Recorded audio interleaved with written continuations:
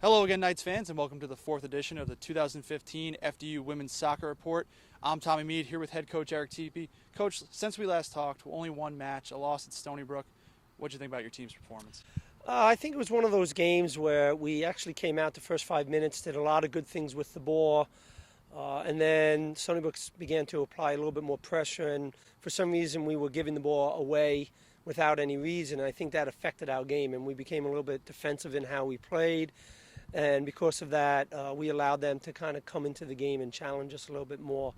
I still think, we're watching the tape, we had some chances that we could have really made a better match of it. And unfortunately, it was one of those games that they had 3 shots on goal and all 3 went in. So obviously that's hard to come back from. We have to do a better job of creating more chances and being a little bit more precise in front of the goal. And, that's what we're working on this week. Now, you're 3-4 on the season, 4 non-conference games left. 3 of the 4 are at home. Before we talk about the specific opponents, what do you kind of think about the next 4 games, this portion of your schedule, and what it's going to mean for your team?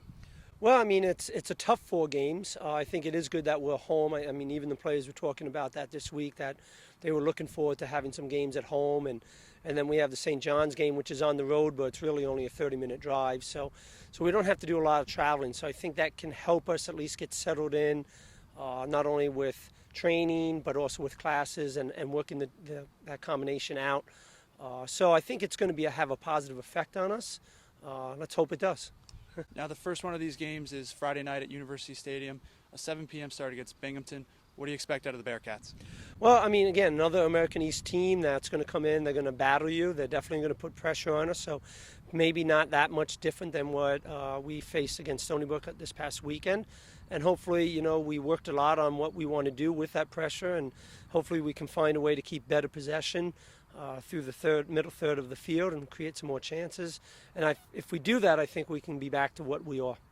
Now, you play again Sunday night. This one's at St. John's. Obviously a great program out of the Big East. The game's available to be watched live on ESPN3. It's actually the second time this year you've played on that network. What do you think about the opportunity to have your team kind of get that exposure?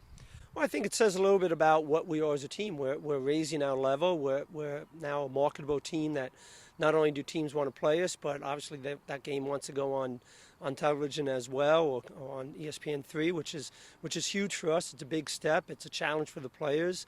They're excited about it. Hopefully we can put on a better performance than we did the first time. Though I thought we played well in that game, we just were chasing the game. And St. John's that's a team that's receiving votes for the top 25. So we know it could be one of those statement games for us if we can find a way to challenge them and go at them and play with them. And we know we can do those things, but not to get scared by the moment, but really take the moment by the neck and say, hey, we want to see what we can be. I think if we can do those things, it can be a good weekend for us. Now, obviously, Coach, after these 2 games, we'll talk again. When we talk again, obviously you'll want to have gotten 2 wins. But if there was something that you could see in the progression of your team, what would that be? I just want to see us better with the ball and creating more chances. I think those are the 2 things that we seem to be doing a better job defensively, and I think we're beginning to work forward in that.